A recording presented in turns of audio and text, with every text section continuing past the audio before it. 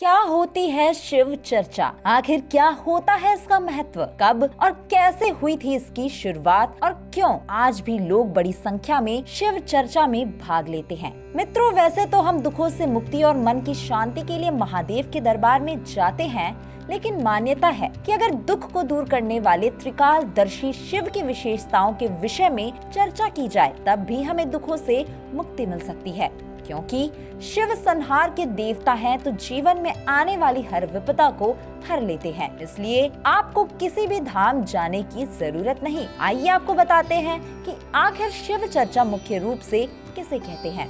दरअसल जब दो मनुष्य या उससे अधिक मनुष्य शिव के रुद्र अवतार और शिव के त्रिगुणातीत के अलावा शिव के स्वयंभू और अजन्मा स्वरूप के विषय में चर्चा करते हैं, तब उसे शिव चर्चा कहते हैं। शिव चर्चा में शिव के विशेष कृत्यों और विशेषताओं की चर्चा होती है। चर्चा करने के परिणाम स्वरूप शिव के भक्त आनंद महसूस करते हैं, जिससे जीवन में रोग विकार दूर हो सके और जीवन सुखमय व्यतीत हो सके। शिव चर्चा की शुरुआत सन 1965 से मानी जाती है, लेकिन जनमानस के बीच यह सन 1977 में प्रचलित हुई।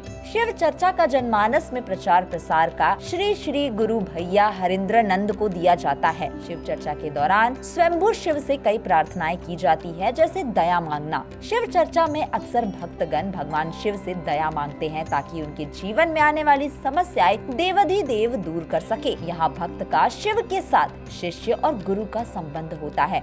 भक्तगण सच्चे मन से कहते हैं कि हे शिव, मेरे जीवन में आने वाले दुखों को आप दूर कीजिए। मैं आपका शिष्य हूँ, आप मेरे गुरु हैं। आप अपने शिष्य के ऊपर दया करिए, जिससे हम किसी भूत पिशाच और अहंकार और राग द्वेष के भय में न आए। इस प्रक्रिया का दूसरा चरण होता है चर्चा करना। दया मांगने के परिणाम स्वरूप भक्त बड़ी श्रद्धा के साथ शिव के 18 रुद्र अवतार के विषय में चर्चा करते हैं।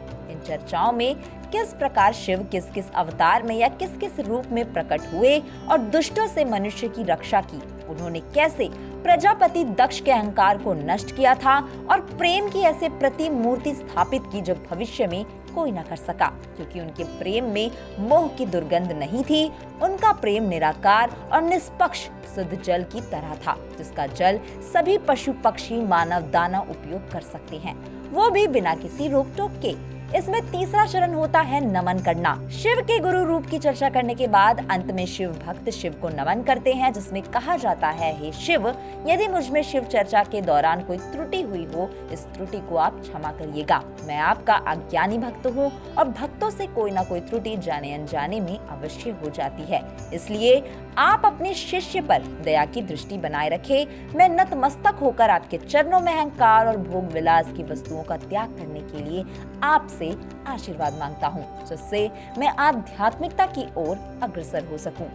शिव चर्चा में शिव को नमन करने की दो विधियां अपनाई जाती है। पहली विधि है माला के माध्यम से और दूसरी विधि है जाप के माध्यम से।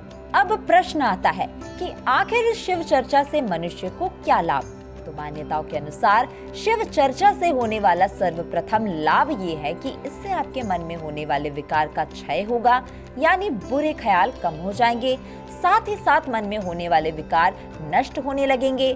परिवार में जो आपसी रंजिश की समस्या होती है वह भी दूर होगी और परिवार में एकता की भावना पैदा होगी। इसके अलावा जिस निसंतान दंपति को संतान की प्राप्ति नहीं हो रही, शिव चर्चा के बाद उसकी सूनी गोद खिलखिलाते बच्चों से भर जाएगी। शिव चर्चा शिव भक्तों के लिए शिव से जुड़ने का सबसे अच्छा माध्यम माना जाता है, जिसमें शिव के विशेष स्वरूपों की चर्चा होती है।